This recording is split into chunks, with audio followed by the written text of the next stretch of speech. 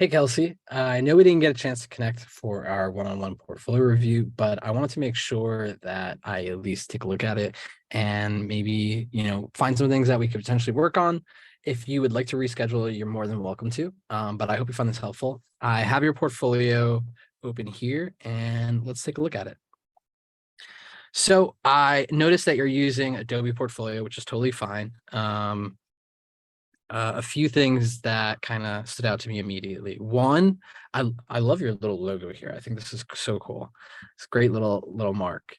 Um, First thing that stands out is the header of this. So it's just sort of this like image, color blocked. I would love to see an introduction here, some sort of title, some sort of one line that gives me right off the bat, like who you are, what you do, and like who you're looking to help and stuff like that. On your homepage, I noticed that you have a lot of work, which is great. That, tells me that you've been, working with a lot of different projects. That's awesome. Now, and I'm not exactly sure like how many years of experience you might have. I don't think that necessarily matters, but I think you're at a point now where you can start to think about what projects would you prefer to work on more.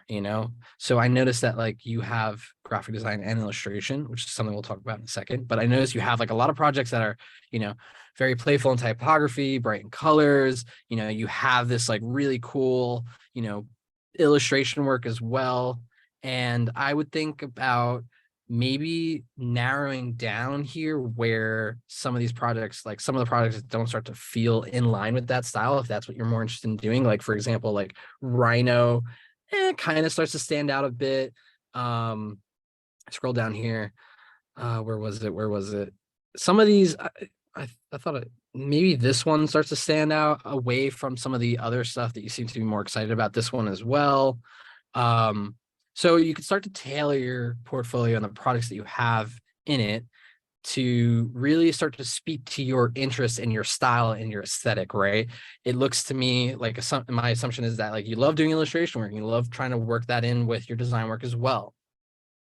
Now, that also kind of leads me to talk about this idea of separating, your work of that you do only in illustration, which I didn't even know this was a thing. I clicked here, and then your work that you only do in graphic design.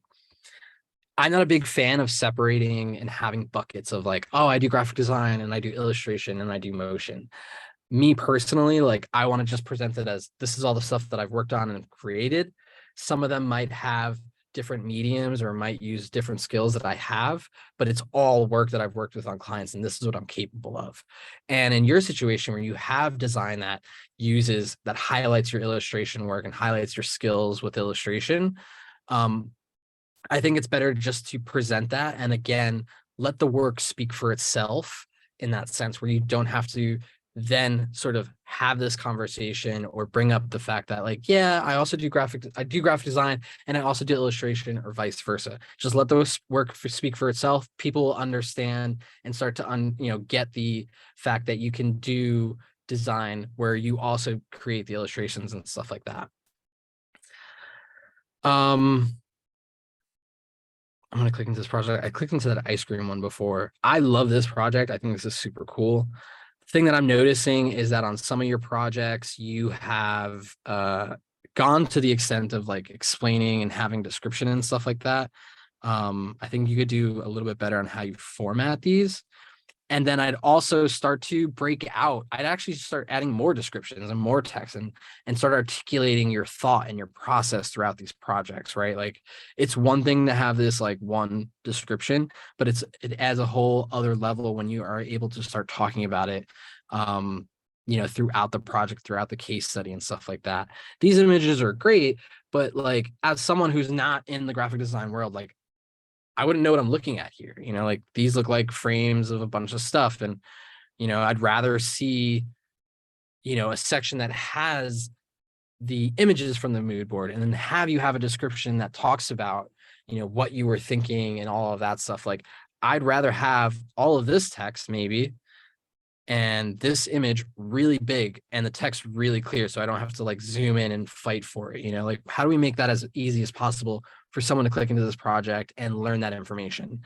You might have used Behance to just like import projects into this, and that's fine. Behance sort of gets you creating slides, right? Like once you start uploading and seeing other people and how they share work, you start to then also create slides that make a nice Behance page and stuff like that. And while Adobe Portfolio makes it really easy to import that work, I do think there needs to be a level of intention here on your own website where you start to like actually include descriptions and context throughout the page and not just rely on these full bleed images that you've created for Behance. I want to go back to one more project here. Let's just click on this one. And again, like back to the idea of having more text on, you know, a place like your own portfolio website. I'd want to first filter out those projects or start to narrow down those projects that you want to work more on and the types of those projects.